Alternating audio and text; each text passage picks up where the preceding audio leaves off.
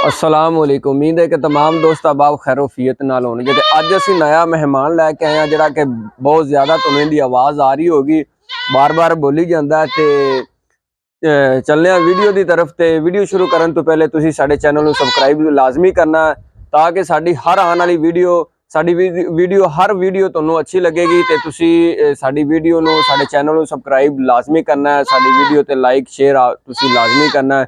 तो हुण ये नया मेहमान लिया तो इहदे वास्ते असीं कोई चारे का इंतजाम करना है, पट्ठे पुट्ठे लियाने ते नाल तुहानूं दिखाने कि क्योंकि दूसरी जिहड़ा असीं पहले लियांदी सी बकरी वो तो हुण माशाअल्लाह इत्थे सैट हो गई है।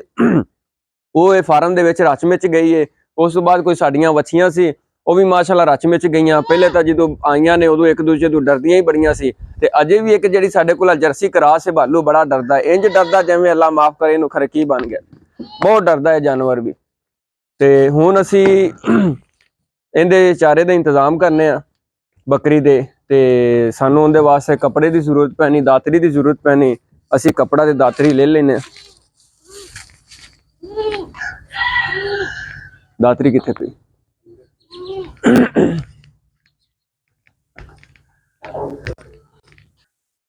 दातरी ते कपड़ा असीं ले लिया। ते हुण चलने असीं इहदे वास्ते पट्ठे लैण।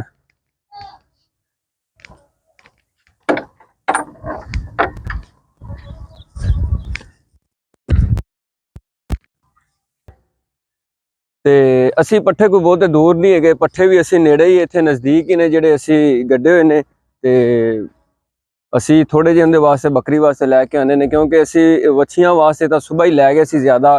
ते कुछ तो साडे कोल पहले ही चारा पिया सी। ते इहदे वास्ते असीं थोड़े जी जरूरत है। ते ओह असीं लैके वक्ती तौर असीं रात गुजारा करना क्योंकि अज इन्हें पट्ठे खाने भी नहीं दे। क्यों नहीं खाने? क्योंकि साडे कोल नया मेहमान है। तो जो मेहमान आता तुहानूं पता भी संगदा भी बहुत ज़्यादा है। तो इनकी संगत अजकल उतर जाएगी तो फिर अपनी मर्जी ना रच मिच जाएगा, फिर बहुत ज़्यादा खाएगा पट्ठे।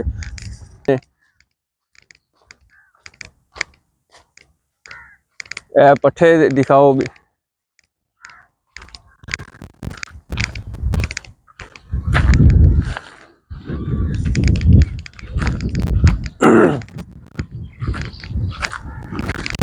असी ये बच्चियां वास्ते बरसेम गड्डी हुई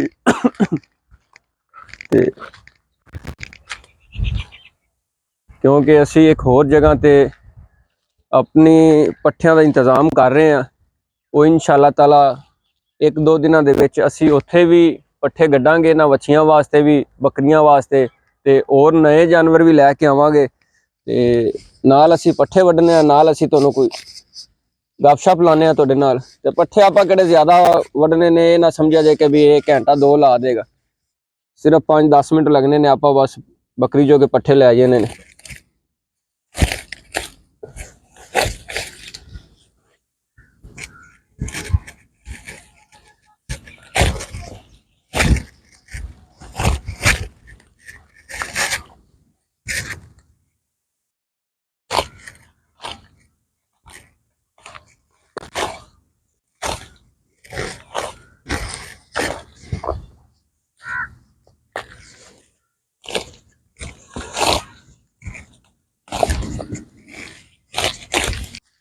असी कोई तुसी समझाओ ना भी खरे इन्हें ज़्यादा पट्ठे वड्डने सी, नहीं असी सिर्फ थोड़े जे पट्ठे वड्डने से बकरी जो के। ते हुण असी चले अपने फार्म की तरफ।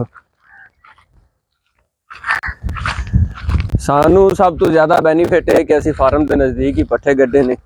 10 मिनट नहीं लगते पट्ठे इत्थों वड्ड के ते फार्म ते लै आइए।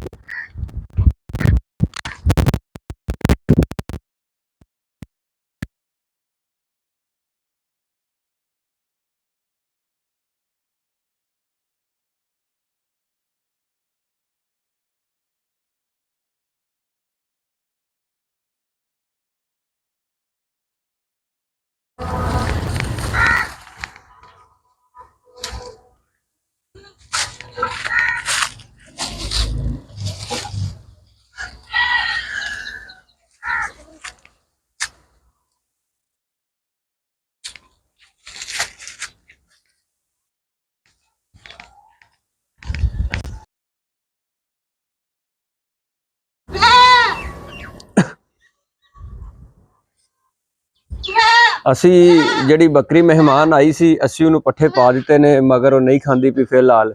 ਤੇ ਕੁਤਰੇ ਪਾ ਕੇ ਚੈੱਕ ਕਰ ਲੈਨੇ ਆ, ਅਗਰ ਇਹ ਕੁਤਰੇ ਪੱਠੇ ਖਾ ਲਵੇ ਤੇ ਫਿਰ ਵੀ ਠੀਕ ਹੈ, ਅਗਰ ਨਾ ਖਾਵੇ ਤੇ ਇਹਦੀ ਮਰਜ਼ੀ। ਪੱਠੇ ਅਸੀਂ ਲੈ ਆਂਦੇ ਨੇ ਤੇ ਇਹਨੇ ਪੱਠੇ ਨਹੀਂ ਖਾਦੇ, ਬੋਲੀ ਜਾਂਦੀ ਏ। ਉਸ ਤੋਂ ਬਾਅਦ ਅਸੀਂ ਚੈੱਕ ਕਰ ਲੈਨੇ ਆ ਕੁਤਰੇ ਪੱਠੇ ਪਾ ਕੇ ਇਹਨੂੰ, ਜੇ ਕੁਤਰੇ ਪੱਠੇ ਵੀ ਨਾ ਖਾਦੇ ਤੇ ਫਿਰ ਇਹਦੀ ਮਰਜ਼ੀ ਹੈ, ਨਖਰੇ ਜਿੰਨੇ ਮਰਜ਼ੀ ਕਰ ਲਵੇ। ਭੁੱਖੀ ਰਹਿਣਾ ਇਹਨੇ ਰਹਿਣਾ, ਸਾਨੂੰ ਕੀ ਫਿਰ, ਚੱਲ ਖਾ ਲਾ ਹੁਣ। ਪਰ ਇਹਨੇ ਵੀ ਨਖਰੇ ਕਰਦੀ ਪਈ, ਆਂਦੀ ਮੈਂ ਮੇਰੇ ਵੀ ਨਹੀਂ ਪਸੰਦ ਹੈਗਾ।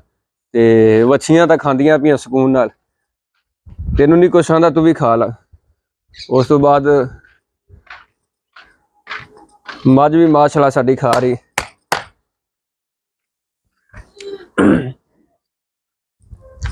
ਫਾਰਮ ਤੇ ਅਸੀਂ ਤੁਹਾਨੂੰ ਵਿਖਾਵਾਂਗੇ ਕਿ ਅਸੀਂ ਇਹ ਪੰਪ ਮਜ਼ਾਈਲ ਪੰਪ ਫਿਟਿੰਗ ਕੀਤੀ ਮੈਂ, ਤੇ ਮਾਸ਼ਾਅੱਲਾ ਵੀ ਜਾਨਵਰਾਂ ਨੂੰ ਨਵਾਉਣ ਵਾਸਤੇ ਜਾਂ ਪਾਣੀ ਪਿਆਉਣ ਵਾਸਤੇ ਬਿਲਕੁਲ ਪਰੇਸ਼ਾਨੀ ਨਹੀਂ। ਇਹਨਾਂ ਦੇ ਥੱਲੇ ਅਸੀਂ ਉੱਥੇ ਅੰਦਰ ਫਰਸ਼ ਲਾਇਆ, ਡੇਲੀ ਅਸੀਂ ਫਰਸ਼ ਵੀ ਧੋ ਲਈਦਾ ਤਾਂ ਵੀ ਪਰੇਸ਼ਾਨੀ ਨਹੀਂ ਦੀ।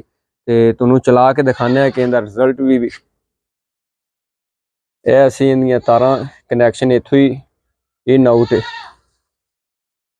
ਇਹ ਵੇਖੋ ਇਹ ਪੰਪ ਚੱਲ ਗਿਆ, ਮਗਰ ਪੰਪ ਦੀ ਇੰਨੀ ਆਵਾਜ਼ ਨਹੀਂ ਆਉਂਦੀ। ਠੀਕ ਹੈ,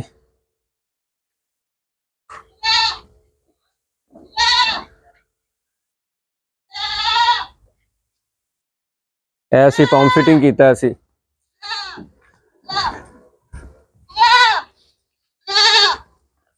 ਉਸ ਤੋਂ ਬਾਅਦ ਅਸੀਂ ਅੱਜ ਜਿਹੜੀ ਸੁਬਾਹ ਸਫਾਈ ਕੀਤੀ ਹੈ, ਹੁਣ ਤਕਰੀਬਨ ਅਸੀਂ ਕੰਮ ਫਾਈਨਲ ਕਰ ਦਿੱਤਾ, ਕਿਉਂਕਿ ਥੱਲੇ ਸੁੱਕਾ ਪਾਈਦਾ ਸੀ, ਉਹ ਅਸੀਂ ਪਾਉਣਾ ਛੱਡ ਦਿੱਤਾ। ਹੁਣ ਸੁਬਾਹ ਅਸੀਂ ਫਾਈਨਲ ਸਫਾਈ ਕਰ ਦਿੱਤੀ, ਅੱਜ ਤੋਂ ਬਾਅਦ ਅਸੀਂ ਸੁੱਕਾ ਨਹੀਂ ਪਾਉਣਾ, ਕਿਉਂਕਿ ਇਹ ਖਾਲੀ ਬਣਾਈ ਹੋਈ ਹੈ, ਜਾਨਵਰ ਪਿਸ਼ਾਬ ਕਰਦਾ ਖਾਲੀ ਤੋਂ ਬਾਹਰ।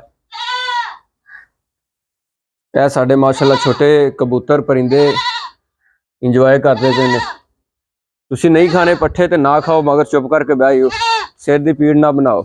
ਉਮੀਦ ਕਰਨੇ ਆ ਕਿ ਸਾਡੀ ਅੱਜ ਦੀ ਵੀਡੀਓ ਤੁਹਾਨੂੰ ਅੱਛੀ ਲੱਗੀ ਹੈ, ਤੇ ਤੁਸੀਂ ਸਾਡੀ ਵੀਡੀਓ ਨੂੰ ਕਮੈਂਟ, ਲਾਈਕ ਔਰ ਸ਼ੇਅਰ ਲਾਜ਼ਮੀ ਤੁਸੀਂ ਕਰਨਾ ਹੈ, ਤਾਂ ਕਿ ਸਾਡੀ ਹਰ ਆਉਣ ਵਾਲੀ ਵੀਡੀਓ ਤੁਹਾਡੇ ਤੱਕ ਪਹੁੰਚੇ ਔਰ ਤੁਸੀਂ ਅੱਗੇ ਸ਼ੇਅਰ ਕੀਤੀ ਜਾਓ। ਅੱਲਾ ਹਾਫਿਜ਼।